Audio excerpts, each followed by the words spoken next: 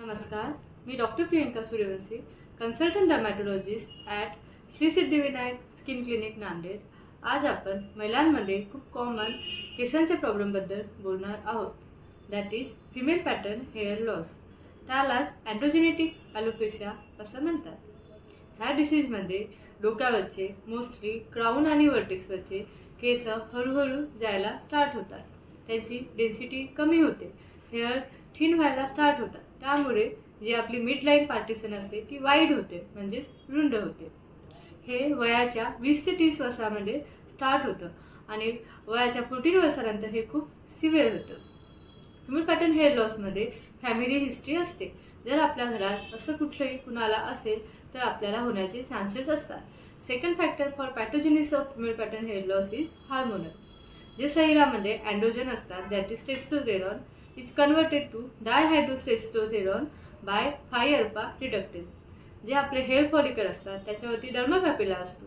Dermal पॅपिलावरती 5 डायहायड्रोटेस्टोस्टेरॉन act होतं आणि hair फॉलिकलचं diameter कमी करतो, म्हणजेच केसाचं साईज कमी करतो. त्यामुळे जी ॲनाजेन फेज असते त्याचे ड्युरेशन कमी होतं, केसाच्या डेन्सिटी कमी होते आणि टिलोजन फेज वाढतो. त्यामुळे हेअर जास्त सेड व्हायला लागतात. जे हेअर फॉलिकलचे डायमीटर कमी होते त्यालाच मिनिचरायझेशन ऑफ हेअर असं म्हणतात.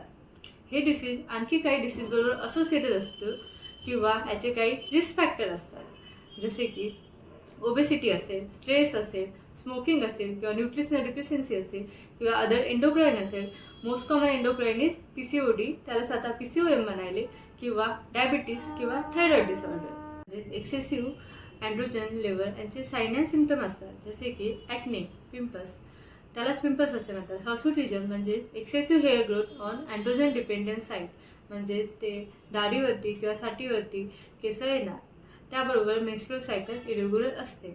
आणि फिमेल पॅटर्न हेअर लॉसमध्ये न्यूट्रिशनल फॅक्टर पण खूप इम्पॉर्टंट असतो. ज्यांना ॲनिमिया असेल, सिरम आयरन लेवल लो असेल, लो बायोटिन असेल, लो विटॅमिन B12 किंवा विटॅमिन D कमी असेल तर हे पण फॅक्टर खूप इम्पॉर्टंट असतात.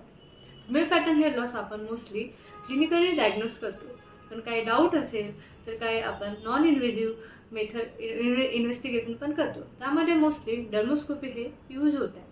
डर्मोस्कोपीमध्ये most commonly hair follicle diameter diversity more than 20%, single follicle hair unit, peripilar brown sign आणि येलो डॉट हे कॉमनली दिसतात. Depending upon disease severity and underline patient factor आपण गरज असेल तर काही रक्ताच्या तपासण्या सांगतो. त्यामध्ये CBC, Serum iron, Serum ferritin level आणि थायरॉइड प्रोफाईल.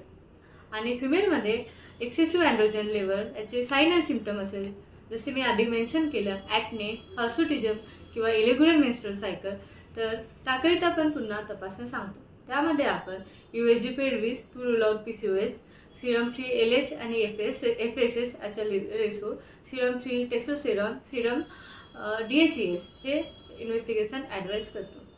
नाव आपण ह्या डिसीजचं मॅनेजमेंट कसं करू ह्याबद्दल बोलूया. मॅनेजमेंटमध्ये सायकोलॉजिकल सपोर्ट आणि काउन्सलिंग हे खूप इम्पॉर्टंट आहे.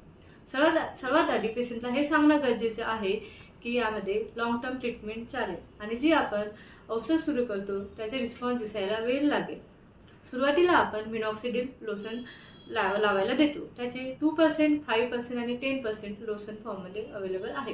ते डिपेंडिंग ऑन डिसीज सिव्हिरिटीवर देतो. ते आपण दिवसातून 2दा लावायला सांगतो.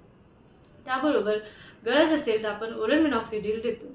आणि as is female pattern hair loss जी असोसिएटेड विथ न्यूट्रिशनल डिफिशियन्सी, आपण बायोटिनचे टॅबलेट, विटॅमिन D सप्लिमेंट आणि झिंक सप्लिमेंट, त्याबरोबर आयरन कमी असेल तर आयरन सप्लिमेंट स्टार्ट करतो.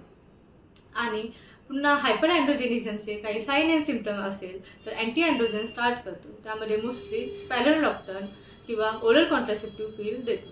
Most commonly use procedure for female pattern hair loss is PRP, that is platelet rich plasma therapy. ह्यामध्ये आपण पेशंटचं around 8 to 10 ml blood withdraw करतो आणि ती सेंट्रिफ्यूज मशीनने सेंट्रिफ्यूज करतो. त्यानंतर जे सिरम सेपरेट होतं ते स्काल्पला इंजेक्ट करतो. सिरममध्ये वेरियस ग्रोथ फॅक्टर असतात, जसे की वस्क्युलर एंडोथेलियल ग्रोथ फॅक्टर और प्लॅटलेट डिराइव्ड ग्रोथ फॅक्टर. ते हेअर फॉलिकलच्या डर्मल पॅपिलावर जाऊन ॲक्ट करतात आणि न्यू हेअर ग्रोथला हेल्प करतात. ही प्लॅटलेट रिच प्लाझ्मा थेरपी ह्याचे काही ॲडव्हान्टेज आहेत, जसे की जी stimulate new hair follicular growth, म्हणजे नवीन हेअर येण्यात मदत करते, हेअर डेन्सिटी वाढवते, हेअर फॉल कमी करतो, याचं कमी डाऊन टाईम आहे आणि हे easy and less invasive procedure आहे. त्याबरोबर आपण PRP दुसऱ्या औषधाबरोबर पण कंबाईन करू शकतो.